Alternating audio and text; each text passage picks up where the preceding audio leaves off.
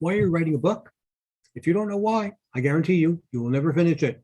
There are many, many great reasons to write a book, and I'm going to show you why you should write a book and how you're going to benefit by writing a book. So stay tuned.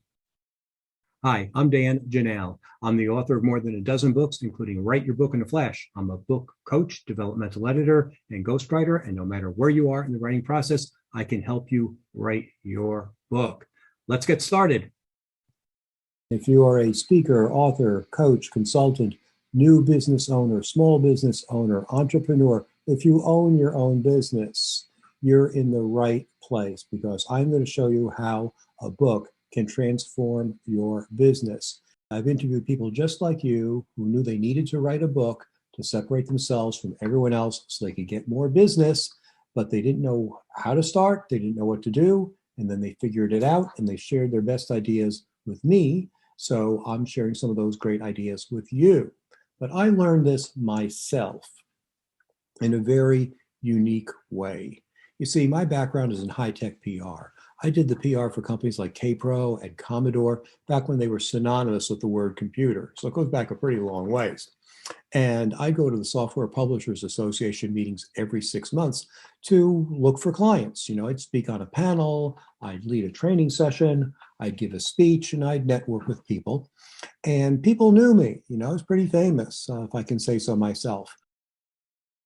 But at the end of every speech, people would come up to me and they'd say, "Hey, I really like what you said. Can you send us a proposal?" And I'd say, "Sure." And I'd write a proposal and I'd never hear from them again. And I wondered, like, what's going on?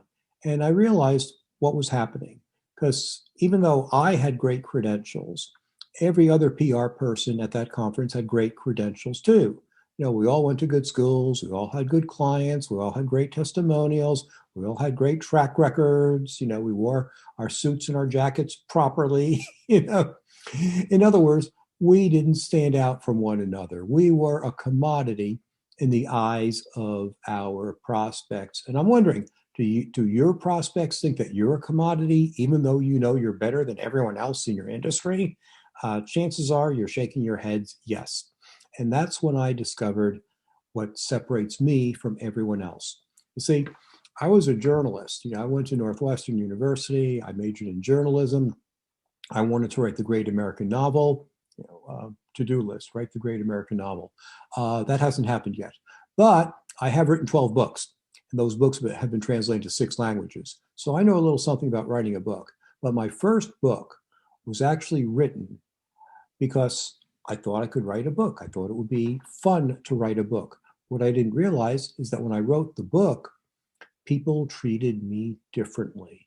So the next time I went to a software publisher's meeting and I gave out copies or sold copies of my book, which was called How to Publicize High-Tech Products and Services, people treated me differently. They came up to me and they said, "Hey, we want you to do our PR." And I said, "Great, do you want me to write a proposal?" They said, "Nah, we have your book. That's all we need to know." And I thought, oh, wow, this is great. They bought me because of the book. So that was really pretty spectacular. The book made all the difference, because now I didn't have to write proposals. People came to me. I walked away with clients, and I was able to charge more money. So let's dig into our session today, and you'll see how a book can help you. First, more clients. You're going to get more clients when you write a book. Just like I showed you in my example at the Software Publishers Association meetings. I got more clients with less effort. I didn't have to write proposals anymore. They wanted my work done. They wanted to hire me without a proposal. So that was great. So I made more money, I had more contacts, and I had more experiences so I could grow and offer better services because I had more interesting clients and more interesting results because of that. Second, a book makes you more unique. It makes you stand out from your competitors. We are commodities. Let's face it, no matter how good we are, there's someone who's equally as good, maybe a little bit better, maybe a little bit worse, but our prospects think that we are commodities. When you have a book, you stand out from everyone else.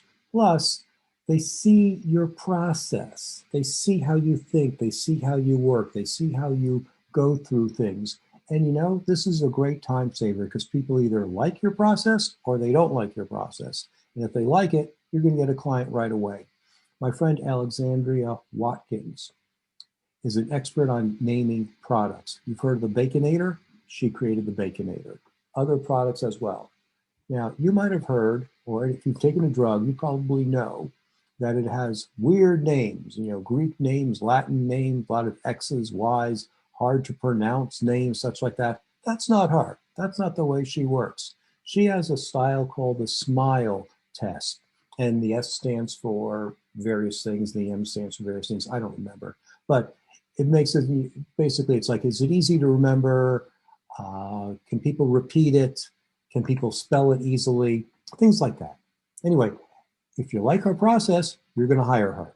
If you don't like her process, you're not going to hire her.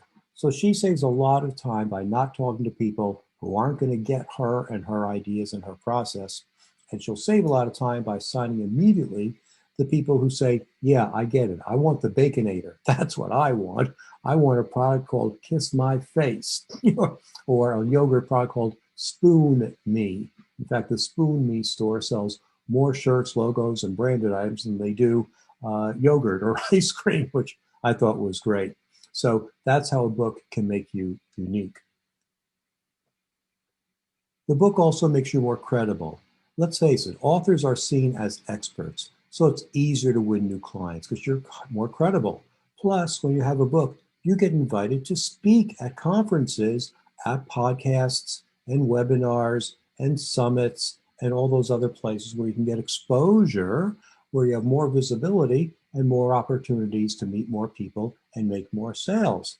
And let's face it, the book is the best big business card you can ever have because while everyone else at a networking event is giving out their little dinky business cards, you are showing them your book. Now, no one will want to take your book and carry it to the whole networking session or conference. No, some people will if they have a backpack, but it provides instant credibility regardless. So even before they read the book, and that's really what I meant to say, even before they read the book, they know you're instantly credible because you've written a book. Next, you can make more money with a book because you can charge higher fees. Simple as that. When you have more credibility, you can charge more. People expect you to charge more. And the book justifies your fees because now you can compare yourself to other speakers, other big name speakers, other big name consultants because you have a book. You also have more influence with the book. You can share your ideas. Jill Lublin wrote a book about the profitability of kindness. She's a wonderful person, and she shows how you can win business by being a kind person and stand out from your competitors that way. My friend Shel Horowitz is an environmentalist, and he uses books to show his love and appreciation for the environment and global issues. So that's how he uses a book to build his credibility and get more speaking and more consulting in that area. The president of Whole Foods, rather the founder of Whole Foods, is not the president anymore because he sold the company and is richer and richer and richer. He wrote a book about conscious capitalism, how you can do well by doing good and by running a company. So he was able to exert his influence on other business owners like himself and show that there's another way to run a business effectively. So if you want to share your wisdom and your ideas and influence the world, a book is a good place to start. Also, a book helps you reach more people. So it's just, how many copies of books are sold? Tens of thousands of books. You can give your book away as well. That's something people don't think about. You can give your book away. I think giving your book away for free is the greatest marketing tool ever because people value books and you're giving it to them for free. So they think this is really great. Now I'm talking about a hardcover book in particular, but you can give away a PDF or an ebook as well. People still value those, especially younger people who frankly grew up differently than I did. And they're used to reading books and PDFs and stuff on their iPads and other e-readers. So the book, whether it be ebook or hardcover or softcover, are definitely ways to improve your credibility and give you more influence.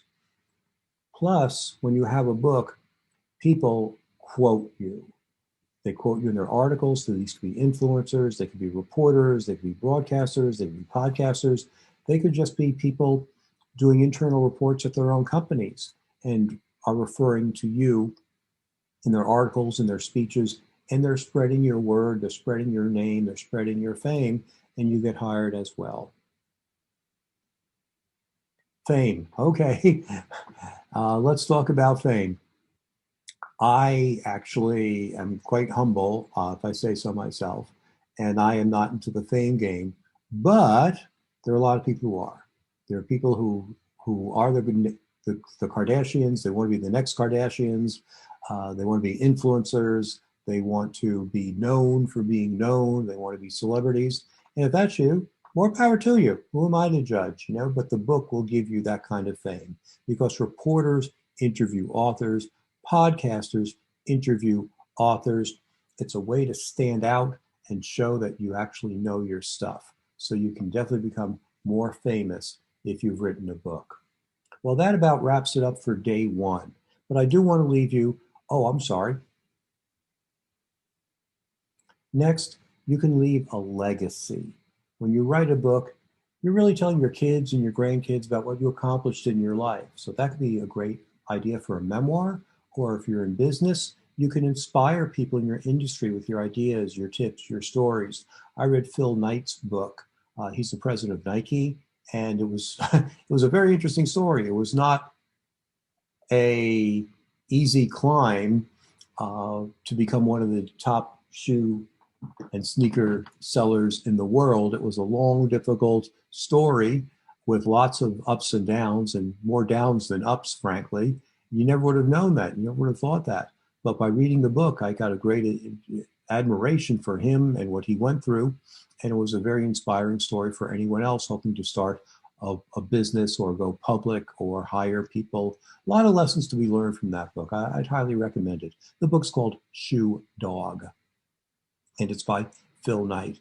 So lots of business people share their lessons for life and business with others so they can make the world a better place and accomplish more in their lifetime. So books are great for leaving legacies. So I ask you as we wrap up day one, what motivates you to write your book? You know, make this a big win.